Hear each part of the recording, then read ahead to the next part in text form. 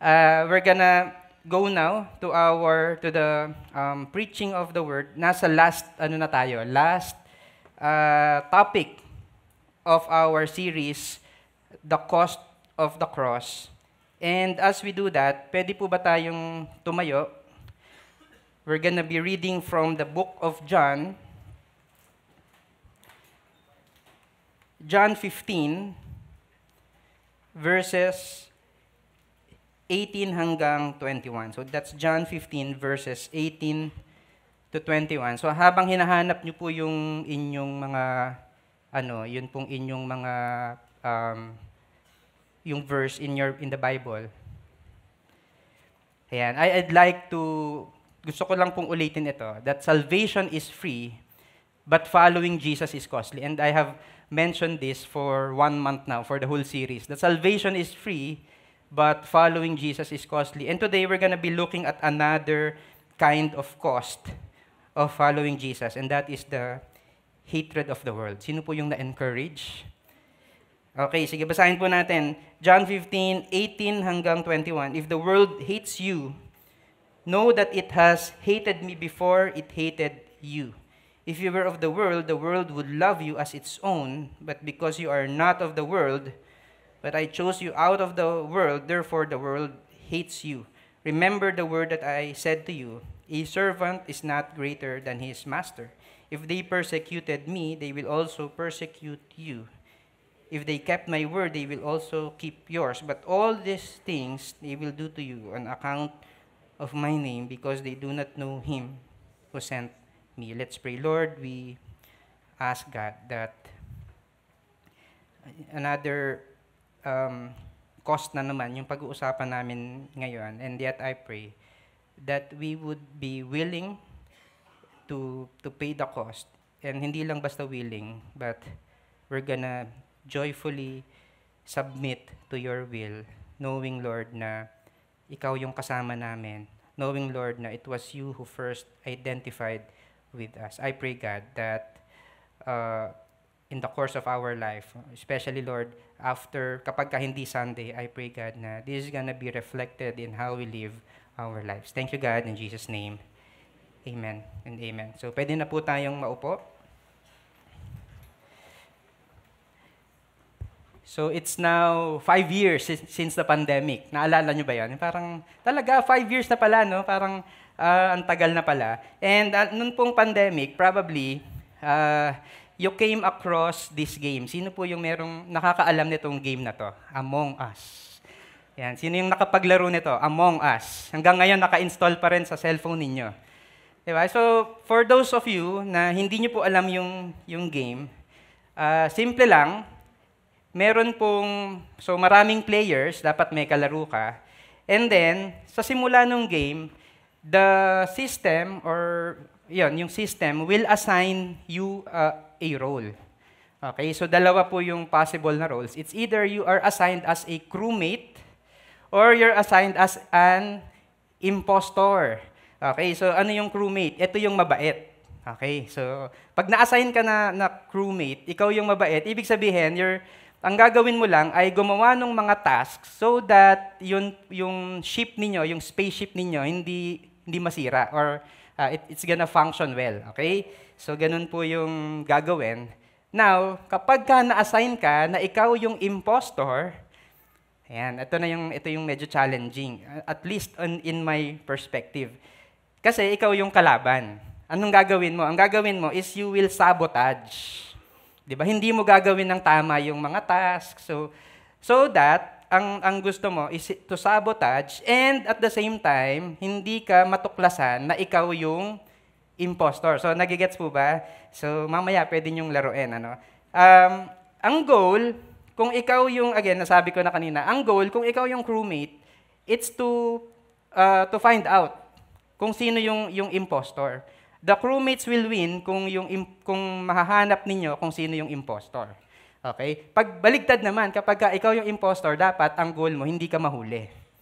And so, merong yung mga magagaling magsinungaling, ayan, di ba? Yung nagkakaalaman kapag sa game, di ba? Nagkakaalaman kung sino yung mga magaling manloko. Ayan, di ba yung sinasabi, hindi ako impostor. Di ba? Pero ang totoo niyan, siya pala talaga yon, di ba? Yun, nabubuking kung sino yung mga magagaling magsinungaling. On the other hand, mas nakakatawa to kasi minsan yung iba, nagsasabi na ng totoo, pero mukha pa rin ng loloko. Ayan yung, kasi in real life, baka ganun talaga sila, di ba? So, nagsasabi na ng totoo, pero mukha pa rin nanloloko. And there are two distinct identities, the crewmate and the impostor, two distinct identities with two distinct roles, okay, and behaviors. And yun pong binasa natin kanina, it's pretty much the same. Merong two distinct roles, two distinct identities rather, na merong two distinct behaviors. And I'm talking about yung person who is identifying with the world, and another one is the person who identifies with Jesus Christ. So again, that's a person who identifies with the world and a person who identifies with Jesus Christ. So John 15, verse 19, it says here, if you were of the world, if you are a person who identifies with the world, ito po yung description niya. And tayo pong lahat yon before we met Jesus Christ, tayo pong lahat, we identify with the world. If at that time, when we were of the world, when we were identifying ourselves with the world, ang sabi sa Bible, the world would love you as its own. Mamahalin ka ng mundo, tatanggapin ka ng mundo. Maganda yung acceptance sa'yo ng mundo because you share the same values. You share the same standards. Pero now, when you receive Jesus Christ as your Lord and Savior, what happens is now that we identify with Jesus Christ.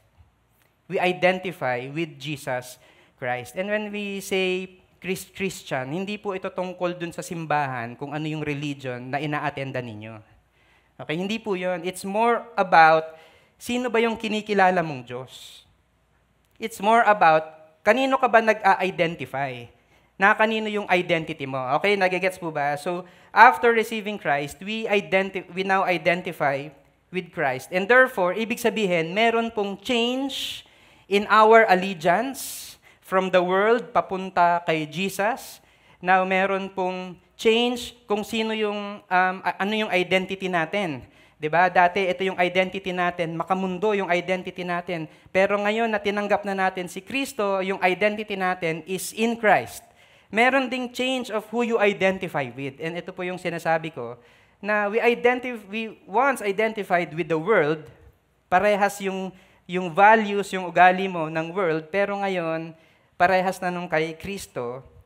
Ang resulta lang nun, ito, ang sabi dito sa verse, but because you are not of the world, because now you identify with Jesus Christ, because Jesus Christ chose you out of the world, ang result, the world hates you. The world hates you. So what does it mean to be hated by the world? 2 weeks ago, meron po kaming minute nung wife ko. Ayan, si Lilik saka si Laika. Si Lilik, siya po yung katabi ko, he is Indonesian. He lives in Bali, Indonesia. Sino yung nakarating na ng Bali? Yan, di ba? So, Bali, Indonesia, he was my classmate in the School of Ministries. So, sa Indonesia, he serves as one of our missionaries. Ngayon, si Laika, yung girl, they're gonna get married on April. So, pumunta kami ng Bali sa April. Hindi, joke lang. So, they're gonna get married on April. And after they get married, ang plano po nila, and they believe na ito po yung calling nila from the Lord, is that they're gonna plant a church, another church, not in Bali, but in another location in Indonesia. And tinatanong ko sila, sabi ko, kamusta ba sa Indonesia? Siyempre English hindi Tagalog. Siyempre, kamusta ba sa Indonesia? Kamusta ba yung mga churches natin doon? And sabi ni Lilik, generally sa Bali, it's safe. Ibig sabihin, Okay lang, di ba? If you're gonna be a Christian there, wala namang masyadong persecution. Pero, dun sa place na kung saan sila mag-i-start ng another church, sabi nila, it's not so safe. There's gonna be persecution and we're expecting na people are gonna be hostile towards them. And in fact, that's true for some of the countries in the world. Yun pong mga solid yung color. These are the countries na intense ang persecution. People are getting killed, people are getting arrested, people are being put on trial for preaching Jesus Christ, for being a Christian. And so, intense po talaga yung persecution. And maybe you're saying, or in your mind, buti na lang sa Pilipinas, hindi ganun. Diba? Tama ba? Yung parang sa Pilipinas, hindi naman tayo makukulong, hindi naman tayo papatayin if we preach Jesus. Okay, tama ka. Pero how does the world hate us, Christians, at least in our context? Sometimes it's about social ridicule and mockery. Minamock ka, nire-ridicule ka because of your faith. I remember this one time when I was in college, mga 2 years ago. Hindi. Nung nasa college ako, meron po akong friend, we're both from Victory. So, ma-attend kami parehas ng Victory, Los Baños at that time. And we attended a seminar. Okay? So, some sort of a student seminar. And now, parang yung host, which is also a student and one of the members of the student council at that time, parang tinawag kami, tapos may konting interview, and we said na we're from Victory. And meron siyang sinabi that ridiculed us. And then the whole crowd were laughing at us. Kasi nga, social ridicule and mockery. Well, hindi naman kami ipapapatay, pero we're gonna be mocked. And probably kayo din, di ba? Sino po dito yung na-mock naasar na kayo? Inaasar na kayo, di ba? Sinabi sa'yo, lagi ka na lang uma-attend ng church, baka lumagpas ka na sa langit. Di ba? Yung ganon, you're mocked and ridiculed for your faith. Sometimes it's workplace discrimination. Sometimes it's hindi mo makukuha yung promotion because you don't want to do the illegal thing that your boss tells you to do. And then, because of that, you're not gonna get promoted. Sometimes, it's meron pong mga gusto yung client na hindi mo mako-close yung deal if you're not gonna give it to the client. And you're gonna be pressured to compromise. Pressured to compromise, your loved ones will reject you. Sometimes yung family members mo pa yung mismo magre-reject sa'yo, and you're gonna be opposed by the community, by your campus, by the neighborhood, kung saan ka community kasali. So we're trying to fit in, especially at this point in time, na alam niyo yan, ngayon kasi paramihan ng likes at saka ng followers. So, nandito tayo sa age na we're trying to get acceptance from everyone, pero the Bible says the world will not give that to you because the world will indeed hate you if you identify with Jesus Christ. So, ang question ko sa atin ngayon, paano ba yun? Parang ang hirap naman yata na to remain in Christ if the world will hate us. So how do we do it? How can we remain in Christ if the world hates us? That's what I want to talk about today. First thing I want to say is this. We want to live by our identity in Christ. The identity that we have received in Christ. The identity that Jesus Christ has given us. We want to keep on living by that identity. John 15:18. Pag-usapan muna natin yung identity or yung kung ano ba yung nangyari kay Jesus Christ, ano? Kasi again, yung identity natin ay galing kay Jesus. So pag-usapan muna natin si Jesus Christ. Verse 18 says, "If the world hates you, you know that it has hated me, talking about Jesus, the world hates Jesus first before it hated us. Galit ang mundo kay Jesus. In fact, last week, di ba, sinabi natin dun sa verse that we studied last week, Jesus Christ suffered, Jesus Christ was rejected, and He was crucified. The world hates Jesus Christ.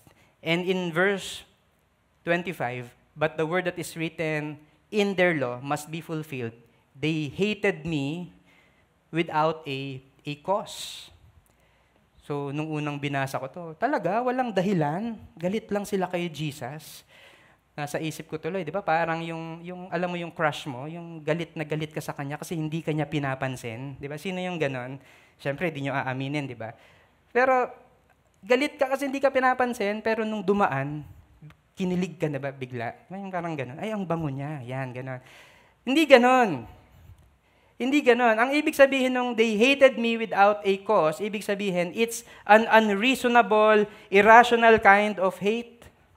Kasi si Jesus was preaching the Word of God. How many of you believe na beneficial sa atin yung preaching of the Word of God? Beneficial ba? Diba? So, beneficial. How many of you will agree with me na yung mga miracles na ginawa ni Jesus, the healing of the sick, the feeding of the people, raising the dead, and all the other miracles are beneficial to the recipients? Ayaw nyo? Diba? Beneficial. Eh bakit galit yung mundo sa Kanya? Kung ganun naman pala kung beneficial naman pala yung what Jesus Christ was preaching and what He was doing, bakit galit yung mundo sa Kanya? Because He was talking about an upside-down kingdom of God. Upside down, di ba? Baligtad. Ibig sabihin, iba dun sa natural na alam natin, iba dun sa instinct natin. When Jesus talked about enemies, in our mind, dapat revenge. Dapat gumanti ka. An eye for an eye. Pero sabi ni Jesus, forgive, love your enemies, pray for those who persecute you. If anyone slaps you on the right cheek, turn the other cheek. If anyone takes your tunic, let him have your cloak as well. It's an upside-down kingdom. And at the same time, it threatens yung authority na gusto nating hawakan. Diba? It threatens the authority that we want to hold, that we want to embrace. He is a threat because baligtad kapag galing tayo dun sa si God, ginagawa nating genie, tayo yung masusunod. Diba? God, bigyan mo ako ng ganito, pagalingin mo ako, pahingin ng pambayad sa ganyan. So baligtad, tayo yung nasusunod, si God yung genie natin. And now that we identify with Christ, we understand na baligtad. Tama? Si Jesus Christ yung masusunod, tayo yung sumusunod sa Kanya. Okay po ba? Nagigets ba? And that's why the world hates Jesus Christ. Okay, so ano ngayon? Ano yung mangyayari? Verse 19, ito po yung binabasa natin kanina. If you were of the world would love you as its own. But, and this is the identity that we have, but because you are not of the world, but I chose you out of the world. This is now our identity, set apart, chosen by Jesus to be different from the rest of the world. Ang resulta nga lang, the world will hate you. If Jesus was hated by the world, then we're gonna be hated by the world as well. Remember, verse 20, remember the word that I said to you, a servant is not greater than his master. If they persecuted me, they will also persecute you. If they kept my word, they will also keep yours. But all these things they will do to you on account of my name. We're going to be persecuted on account of the name of Jesus because they do not know Him who sent me. So now, question. Given this warning that we're gonna be hated by the world because we identify with Jesus. Ang question, kanino ka nakiki-identify? Kanino ka nakiki-identify? Kasi when you identify with the world, ito yung mga ginagawa natin, we rebel against God. Diba? We rebel against the desires of God. We try to please ourselves. Ito yung gusto natin, please the self. We want to give in to our selfish desire. Diba? Wala man lang laban kapag merong temptation, parang sige na nga, pagbibigyan ko na. We want to seek for counterfeit joy. We think na yung something that we pursue, it brings joy. Pero ang totoo nun, it's a counterfeit joy. And we're living in bondage. That is when we identify with the world. Pero I hope na we're gonna choose to identify with Christ. And it means na submission to Jesus Christ. It means honoring God, not yourself. It means pleasing the Lord, not ourselves. It means denying self and taking up the cross daily and following Him. It means finding real joy. Galing, di ba? Merong self-denial, may honoring God, may submission to His will. And ang akala natin when we try to look for, when we try to please ourselves, when we do all of the things that we want, we thought na doon natin nakikita yung totoong joy. Pero baligtad. When we deny ourselves, when we honor the Lord, when we submit to the will of God, that is when we find real joy. That is when we live in freedom. So ang question ko sa atin, mahirap to, pero with whom do you identify? Kanino ka nakiki-identify? And I'm gonna be honest, I'm gonna be vulnerable. Kasi ang dami ko pong nakikita ngayon, people that I know, na parang lagi na lang na ang pinupost sa social media, yung puro travel na lang, puro bili na lang ng kung ano-ano. Yung alam niyo yan, yung parang living the life, as we say it. And yung initial mindset ko, naisip ko, buti pa sila. Sino po yung minsan naiisip nyo din doon? Naiisip nyo din yan. Or ako lang lagi yung masama, no? So, sige, ako na lang yung sinner. Lagi naman eh. Di ba, yung parang minsan, pag merong pinost sa Facebook, buti pa sila. Ang saya naman ng buhay nila, lagi na lang ganyan. And the Lord would rebuke me. Kasi, I feel like that, sabi ni Lord sa akin, yes, you are not of the world, but you are in this world. Which means na makikita mo kung ano yung values ng mundo, kung makikita mo yung things of this world, and that will actually tempt you to think na yun dapat. Yun yung temptation, yun dapat. Kasi nandito tayo sa mundo even if we're not of this world.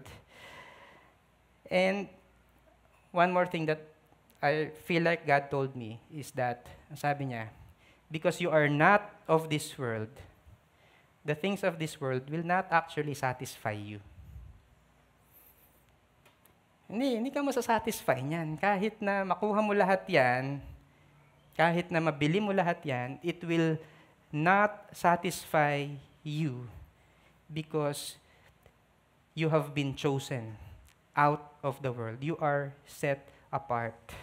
Okay? And this is our identity. The book of Galatians tells us, I have been crucified with Christ. Yung mga desires natin na sinful, worldly desires have been crucified with Christ. It is no longer I who live, but Christ who lives in me. May new life, a new identity that we have because Christ lives in us. Sarap, no? And the life I now live in the flesh, although we are still in the world, it's in the flesh. Ang sabi sa Bible, I live by faith in Jesus Christ, in the Son of God, who loved me and gave Himself for me. That's the identity that we have. We don't live by the standards and the values of the world. Bakit? Kasi we are not of this world. We are not of this world. We live by the standards and values of the kingdom of God. Kasi doon tayo kasali. Tama ba? Yung ibang di natutuwa. Di ko alam kung kasali talaga kayo sa kingdom ni God. Di ba? I hope na we're gonna rejoice that we belong in the kingdom of God. Again, not by our own actions, but because Christ died for us and we're living by faith in Him. Okay po ba? Second, is we want to continue to bear witness for Jesus Christ. And when we talk about bearing witness, it means to testify. It means to tell others about Jesus. Ano yung goal nun? Ano yung goal? So sila din, yung world na kukwentuhan natin about Jesus Christ will also identify with Him. Teka, wait a minute, kapeng mainit.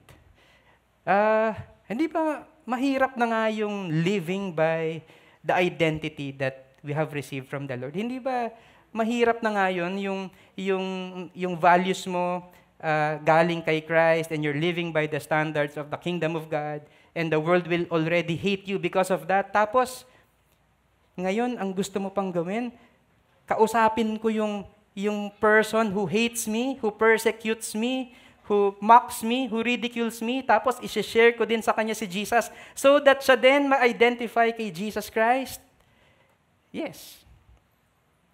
Yes, and sometimes, alam niyo po yung attitude natin. Merong isang couple, a married couple. So, nag-away sila and they've been treating each other ng silent treatment. Yan, yung parang walang pansinan, walang usapan. So kung kayo po yung couple na yon, wag niyo na pong itaas yung kamay ninyo. Diba, nag-aaway. So for 3 days, hindi po sila nag-uusap, hindi sila sabay kumain, they're gonna have their own schedule. Until one day, ito pong husband, kinabukasan, meron po siyang very important flight na kailangan niyang makasakay doon kasi he's gonna go to a very important business meeting. Okay? Super important business meeting. Now, na-realize niya, hindi ko kayang gumising ng maaga. Hindi ako nagigising sa alarm. Di ba? Yung nakasampung alarm na. Tapos, parang wala lang. Di ba? So, sabi niya, I need the help of my wife. Ngayon, syempre, magkaaway nga sila. Ayaw niyang i-break siya yung unang magsasalita, kakausap doon sa wife. Ang ginawa na lang niya, naging creative siya, kumuha siya ng post-it. Alam niyo yan, yung maliit na papel, nilagay niya, please wake me up at 4 a.m. Parang siguro effective to, baka gigisingin ako nung asawa ko. So nilagay niya malapit doon sa isang place na makikita nung asawa niya. And the following day, nagising po siya by 7 a.m. Late na. Pagtingin niya dun sa kama, wala na yung asawa ko.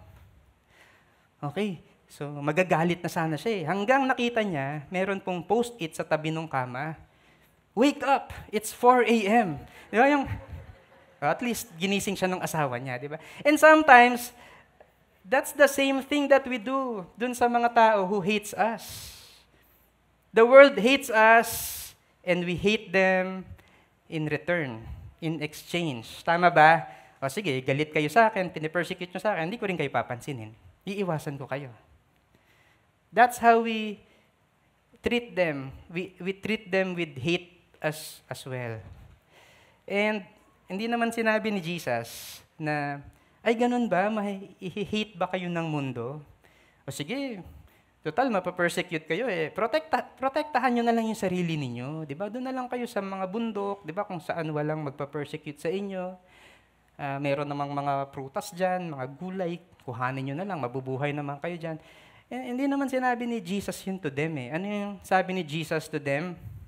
Di tuloy yung mission. Verse 26, but when the Helper comes, whom I will send to you from the Father, the Spirit of truth who proceeds from the Father, He will bear witness about me, and you also. Ikaw din, okay? Kayo din. You will bear witness because you have been with me from the beginning. Ano yung gagawin nila? Instead na protektahan yung sarili nila, bear witness. And na-realize ko po, the best response to the hatred of the world is to love them. And paano natin sila mamahalin? By telling them about Jesus. By bearing witness about Jesus, both in speech and in actions. With the intention na sila din, they will be able to identify with Jesus Christ. Kasi, ano ba yung best way, di ba? Para napakita natin yung pagmamahal, i-point natin sila dun sa source of love Himself. That is God. When we talk about bearing witness, it means that we're living a life of integrity. It means na ikaw mismo, di ba? Hindi yung parang natatakot ka dun sa hate of the world. So ngayon, doble kara ka. Alam niyo yung doble kara? Yung pagka nasa church ka, di ba yung mabait ka? Di ba? Pero pagka Monday na, pag nandun ka na sa workplace mo, di ba? Parang ibang tao to. Di ba? Yung parang hindi ka na makilalang Kristiyano. Di ba yung sinasabi sa'yo, ay, Christian ka pala. So ayaw natin yun. Di ba? We're gonna be living a life of integrity. We're gonna be sharing our testimony. Ano yung ginawa sa'yo ni Lord? We're gonna be sharing the gospel. We're gonna be telling them kung ano ba yung gospel, kung sino ba si Jesus. We're gonna be generous to them. We're gonna sacrifice for them. We're gonna serve them. And there are a lot of things that we can do to bear witness for Jesus out of love. Yun po yung response natin. Because the world will hate us. It's to love them by bearing witness for Christ. And mahirap po yan. Tama ba? Mahirap yan. Kaya nga sabi ni Jesus, but when the Helper comes, whom I will send to you from the Father, the Spirit of truth, who proceeds from the Father, He will bear witness about me. He's talking about none other than the Holy Spirit. He is our helper. He's the Spirit of truth. In fact, siya nga yung primarily na nagbe-bear witness to Jesus. Ayan, He will bear witness to Jesus. And tayo yung nakikiparticipate dun sa pag-bear witness kay Jesus. And bakit, ano yung ginagawa ng Holy Spirit? In verse 21, it says, but all these things they will do to you on account of my name, because they do not know Him. They do not know God who sent Jesus. In another verse, in John 16, wala lang po sa presentation, they neither know the Father nor Jesus Christ. That's what Jesus was saying. And so, ibig sabihin po nun, kilala ng mga tao kung sino si God. They know about God. Kilala naman talaga lalo na in their case, Jewish sila. So, kilala nila si God. Ang question, kilala ba talaga nila si God for real, personally? Naiintindihan ba talaga nila, kilala ba talaga nila si God, or they just know God from afar?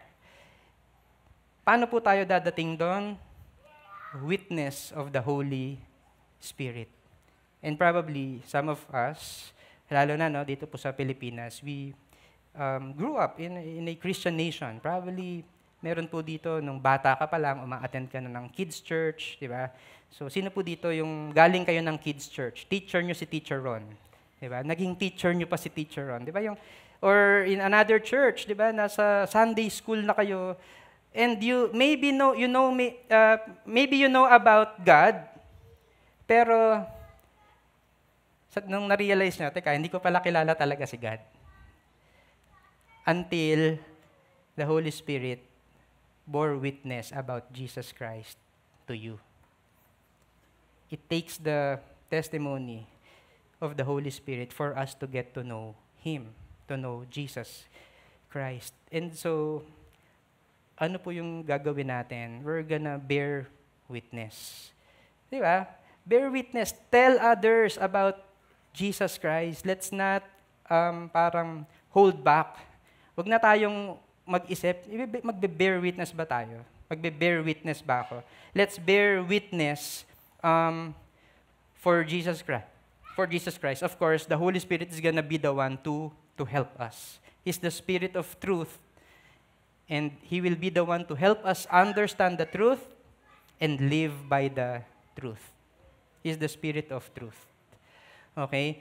So, meron pong story in Acts chapter 5. Ito po yung background, I'm not gonna read all the verses. But in Acts chapter 5, ito po yung story niya. Yun pong mga disciples, or yung mga disciples, they have been doing signs and wonders. Healing the sick, and other signs of wonders. Ito po yung time na dumaan si Peter, tapos yung shadow niya, lahat ng nadaanan ng shadow niya was healed of their sickness. So, signs and wonders, ang sabi po sa Bible, the people, yun pong general public, held them in high esteem. Ang taas ng tingin dun sa mga apostles. And so, ano nangyari? The high priest was alarmed. Sino ba to? Sino ba tong mga apostles na to who's healing the sick, who's doing all of these things? Ang ginawa niya, he had the apostles arrested and put into prison. So, pinahuli. Okay? During the night, ano po yung nangyari? The angel of the Lord went to the prison and binuksan yung prison doors. Okay? Binuksan yung prison doors. So, ano po yung nangyari? Yung angel told the apostles, sige, bumalik kayo dun sa temple and preach the name of Jesus Christ again. And so, bumalik po sila, yung mga apostles, and kinabukasan, so nung umaga, hinahanap yung mga apostles, bakit nawawala sila? Diba? Until meron pong isang nag-report. Yung mga apostles na nawawala, nandun sa temple, nagpipreach ulit. So, anong ginawa sa kanila? Pinahuli na naman. Okay, so hinuli na naman, and they were questioned, bakit nyo ginagawa yan? And I'm not gonna go through the whole story kasi mahaba po siya. Please read it in Acts chapter 5. This is a beautiful story.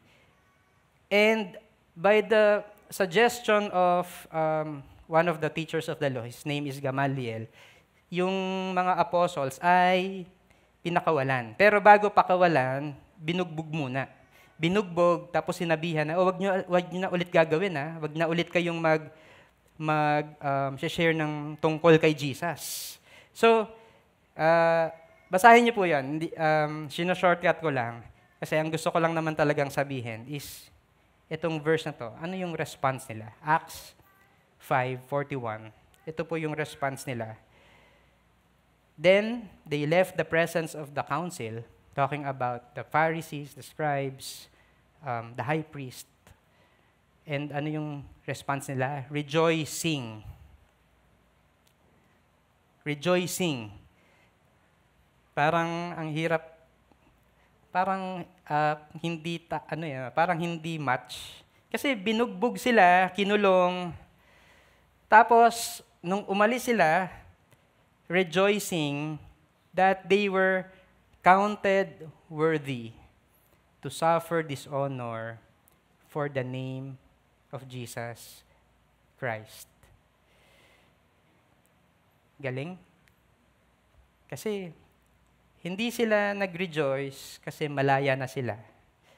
Nag-rejoice sila because they were counted worthy to suffer dishonor for the name of Jesus Christ, bearing witness for the name of Jesus Christ, in spite of the hatred of the world. And verse 42 says, and every day, say every day, hindi sometimes, hindi kung kailan lang nila gusto, but every day, in the temple, in the same public place kung saan sila hinuli, in the same public place kung saan meron silang history of being arrested because of preaching the name of Jesus. And also from house to house, they did not cease teaching and preaching that the Christ is Jesus. Paano sila umabot sa ganun? They identified with Christ. So much so na they're willing to face the hatred of the world. Galing, di ba? Kasi parang, bakit ka aabot sa ganun? Bakit mo uulit-ulitin to? Simple lang, they identify with Jesus. They would rather die, they would rather suffer the consequence of preaching about Jesus Christ as long as they identify with Christ than to be safe and identify with the world. Again, it's difficult. Alam ko po, ang tendency natin is to protect ourselves. It's to take care of our families. Pero I also believe that this is possible because the Holy Spirit is with us. He's our helper. He's gonna help us stand up, identify with Jesus Christ. Okay po ba kayo? Okay pa? Okay, so, and last, we're gonna remain faithful to Christ. We're gonna remain faithful to Christ. John 16 pala. John 16 verse 1 says, I have said all these things to you. This is the continuation of the verse about the Holy Spirit, of us bearing witness. So, after that, John 16 na. John 16 verse 1, I have said all these things to you to keep you from falling away. Sinasabi dito ni Jesus, wina-warningan ko na kayo, sinasabi ko na sa inyo, na itong mga bagay na to para hindi kayo mag-fall away. So that you will not quit. So that you can remain faithful. Okay? In fact, sabi nga niya, they will put you out of the synagogues. The synagogues, ito po yung place of worship. Ito po yung precursor to the church. Okay? So wala pang church at that time, pero ang meron po sila ay synagogue. Doon po sila nakaka-receive ng mga instruction, the reading of the scriptures. It's a place of worship. And sabi nila, makikick out kayo doon. Hindi kayo tatanggapin doon, okay? Makikick out kayo doon, and in fact, the hour is coming when whoever kills you will think that he is offering service to God. Ganun katindi. Ganun katindi. And you see, it's sad. Kasi personally, marami po akong kilala, people who are with me, who they were with me in college. I got to know Jesus Christ for real when I was in college. And I have a lot of friends na nakilala po nila si Jesus then during college. And we were together at the church. But sadly, madami din po sa kanila have already left the faith. The person that I was talking about kanina, yung kasama ko na namak, sadly, he's one of them. Because the reality is that it's difficult. The world will hate us.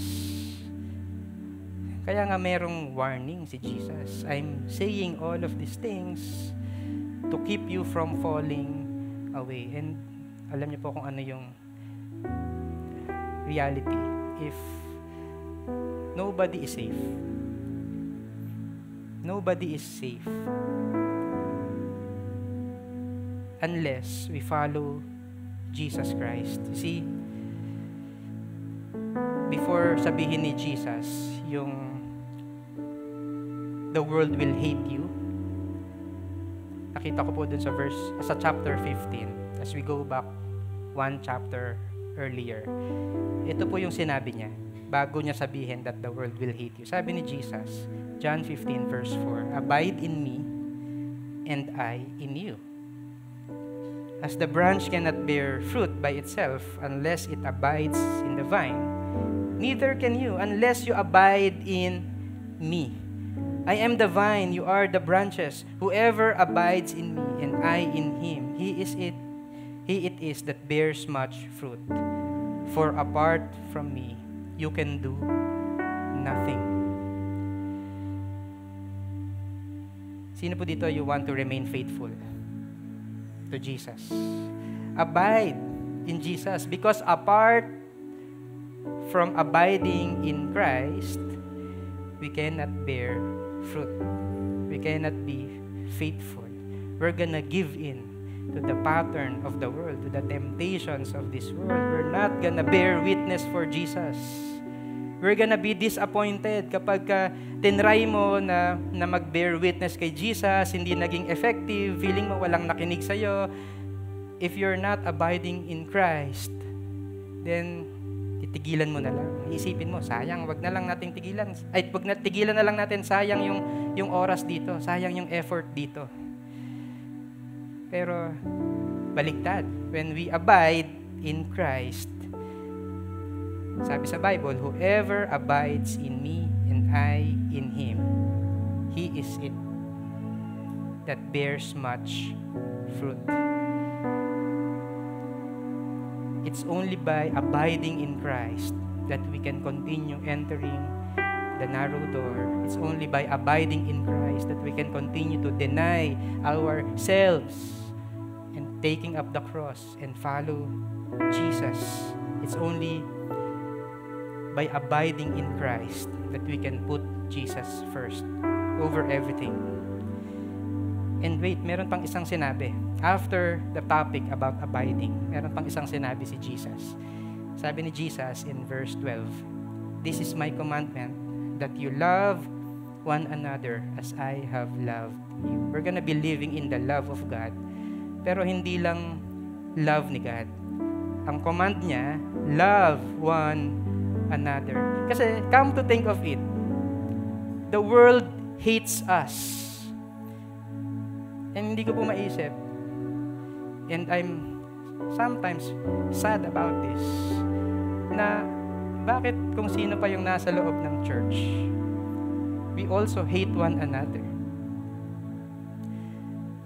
Diba? Yung parang nasa loob na nga tayo ng church, we are supposed to be different from the world, tapos nandito din yung hate. Kung galit na sa'yo yung nasa labas, tapos galit pa rin sa'yo yung nasa loob ng church, who's gonna stay here inside the church? And that's why Jesus was saying, love one another as I have loved you. And alam niyo po yung nation natin ngayon, it's in shambles. We're on the brink of fighting one another kasi magkakaiba yung political position natin. Pero the Bible tells us, love one another. Okay po ba yun na we can set aside political differences and love one another? Ano yung gagawin natin? Bear witness for Jesus Christ. Because if we're gonna just side on this political position, we're gonna create differences. Pero kung pare-parehas po tayo, na ang bine-bear witness natin ay si Jesus Christ, the Holy Spirit will help us to do that. We're gonna be united. Bakit? Kasi isa lang naman yung reason why we are all here. Alam niyo po kung ano yung reason na yon? Jesus Christ, the one who identified with us first. John chapter 1, verse 19. John was talking about Jesus. He came into the very world He created, but the world did not recognize Him. He came here as a human being, incarnated. He laughed with us. He cried with us. He celebrated with us. He ate with us. He did all of these things with us. He came to His own people, and even they rejected Him. Ito po yung ibig sabihin ng hated. Jesus came into the world, but the world rejected Him, hated Him. But to all who believed Him and accepted Him, He gave the right to become children of God. They are reborn not with a physical birth resulting from human passion or plan, but a birth that comes from God. And now, because of what Jesus Christ did. Because He identified with us first. Ano po yung meron?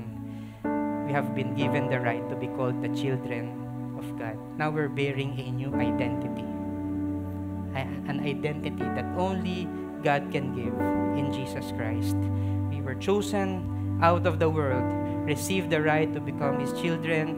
Now we're carrying the identity of Christ in us. And I hope that is enough so that as we continue living by that identity na galing po kay Lord, we're gonna remain faithful through the grace of the Holy Spirit in us. Okay po ba? So can we all stand up? We're gonna worship God. Sino po sa inyo you're glad that meron pong bagong identity na binigay sa atin si Jesus Christ? That we don't have to live by the identity of the world in spite of its persecution, in spite of the world's hatred toward us. I believe that deserves praise towards God. Amen. Let's worship God.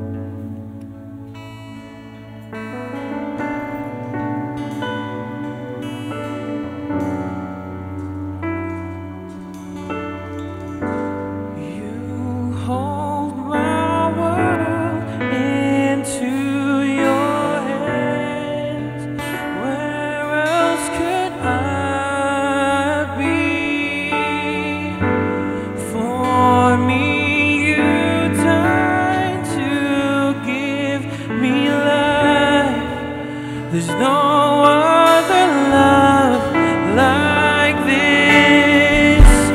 You hold my world into your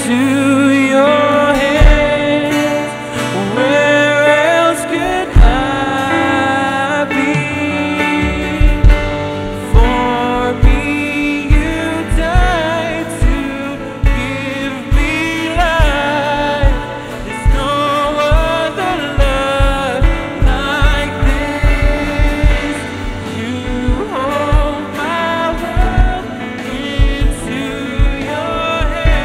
Where else could For me you died to give me life. There's no other love like this. I will love you and serve you, obey you with all my heart. To know you and trust you for who you are. To praise you and worship you with everything. You're my reason. I will love you and serve you, obey you with all my heart. To know you and trust you for who you are. To praise you and worship you with everything. You're my reason. You hold my world into your hands. Where else could I be? You died to give me life. Last time, church, this out. You hold my world in your hands. Where else could I be? For me you died to give me life. There's no other love like this. Yes, Lord. That's our declaration. There's really no love other than your love. That's why we're all here. That's why we can face the hatred of the world, because we know na hindi naman yung love ng mundo ang makakapag-satisfy sa amin. It's your love. And church, look up here muna. I'd like to speak to all of us. If you think na it's really difficult, it's really tough to face the hatred of the world. In fact, parang you feel like parang hiding. Yun na lang yung gusto niyong gawin. To hide, to isolate yourself, and to not bear witness for Christ. If that's you, you find it really difficult, and you're saying that you really need the grace of God, the empowerment of the Holy Spirit to be upon you as you bear witness for Him, to live by the identity that God has given you, and to remain faithful in Christ. If you're that person, can you raise your hand? I would like to pray for you. Lord, you see all the hands that are raised, including mine. Lord, we admit na sometimes mas gusto talaga namin yung pagmamahal ng mundo, yung acceptance ng mundo. And it's difficult for me to stand up. It's difficult for us to stand up for you, to bear witness for you. But Lord, we're raising our hands as a sign of humility, as a sign of surrender, as a sign that, Lord, we're asking you that you empower us. That you empower us. Help us, Lord, to stand up for you, to not hide as Christians, but we're gonna be the salt and light to the different communities that you have put us in. I just pray, God, that we're gonna abide in you. There's gonna be grace for us to abide in you in spite of the temptations, to abide by the things of this world. I pray, Lord, for the grace to abide in you and to love one another. To love one another. I pray, God, as we do this, we're gonna remain faithful all our lives, and we will not see anyone falling away from his faith in Christ. Thank you, Lord, for the mercy, for the grace, for that love that you have given us. Maraming salamat, Lord. In Jesus' name, amen. Amen.